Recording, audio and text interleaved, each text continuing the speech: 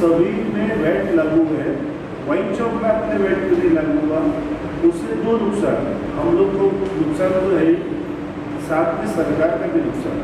सरकार का नुकसान ये है कि एक वाइन शॉप का धंधा रोज का 5 से 7 लाख रुपए का। अब 7 लाख रुपए का धंधा करने वाला, व्यवसाय करने वाला व्यक्ति जो फर्म है, उस पर सरकार 1 रुपये भी वैट नहीं लेती, जिससे महाराष्ट्र में सबसे ज़्यादा सेल अगर लीकर का है तो वाइन शॉप। तो ऐसा क्यों? प्रश्न ये है कि ऐसा आज तक के जब से ये लॉबी लाइसेंस इशू हुआ है वाइन शॉप का, जिसको अपन F2, उस पर आज तक के किसी भी तरह का वैट लागू नहीं होने का कारण क्या है? दूसरा, हमारा जो नुकसान होता है वो नुकसान ऐसा है कि परमिट धारक एक्साइज ड्यूटी भी भरता, वैट भी भरता, और उसके बाद में कितने रोजगार जो हमारा उद्योग देता है। लेकिन जो ठेठ वाइन शॉप वाले इलीगल तरीके से ढाबे होटलों में जो दारू देते हैं, वो दारू से जो इलीगल वाला व्यवसाय करता है, तो इलीगल वाला व्यवसाय जो करता है वो 1 रुपये भी टैक्स तो भरता नहीं, लेकिन हमसे कम दर में वो ढाबे वाले को दारू पहुँचती है। हमने अगर वो लाइसेंस लिया तो हमको अगर 100 रुपये में आता है तो हमको 110 में पड़ता है, 110 के बाद हमको बेचना पड़ता है। परंतु ढाबे वाला जो लेता है वो सीधा 100 रुपये में लेता है, क्योंकि उसको MRP में जो वाइन शॉप वाला देता है उसमें 8% उसको प्रॉफिट है।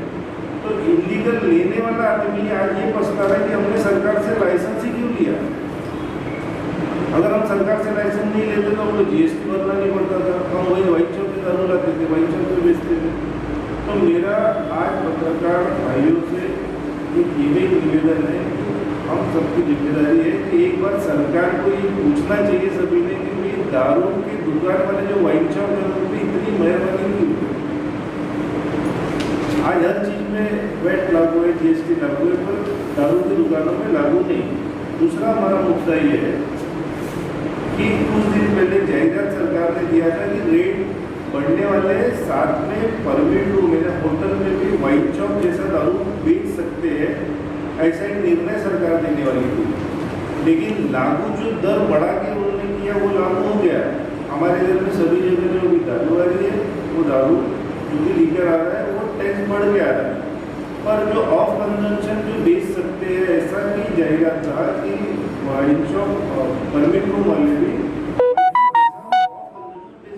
लेकिन उसका हमें अभी तक लाभ नहीं मिला, न कोई जिया है। तो हमारा सरकार से कहना है कि ऑफ कंजम्पशन इसमें वैट लागू नहीं होता, हम भी ऑफ कंजम्पशन हम भी दारू देने को तैयार है। अगर कोई पार्सल लेता है तो ऑफ कंजम्पशन है, बंद बॉटल बेचना ऑफ कंजम्पशन है, तो हमको भी परमिशन, तो हम भी फीस भरते।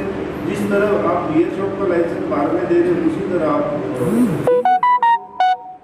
ऑफ कंजम्पशन बेचेंगे तो हमको भी ये है ना, हमें बार टैक्स हमारे ऊपर थोपा जाता, लेकिन वाइन शॉप वाले को एकदम छूट मिलते रहते।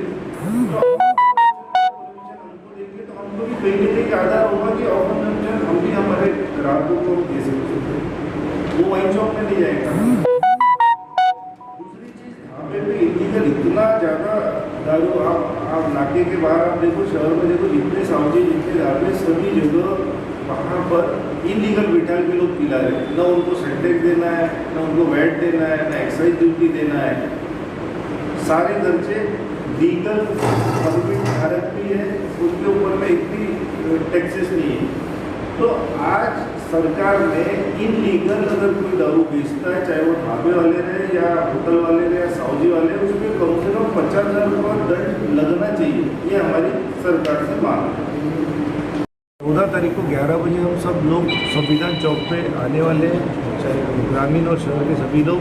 वहाँ से हम लोग दीक्षा भूमि जाने वाले हैं, माला अर्पण करने वाले हैं, और वहाँ से कलेक्टर ऑफिस जाके जिलाधिकारी को हमारा निवेदन देंगे। उस दिन क्या दारू यानी बियर बार बंद रहेंगे? हाँ, पूरे नागपुर जिले के, अमरावती जिले के और विदर्भ के सभी बार बंद रहेंगे। सिर्फ ग्रामीण के नहीं, शहर के, नागपुर शहर हो गया, नागपुर ग्रामीण हो गया, विदर्भ।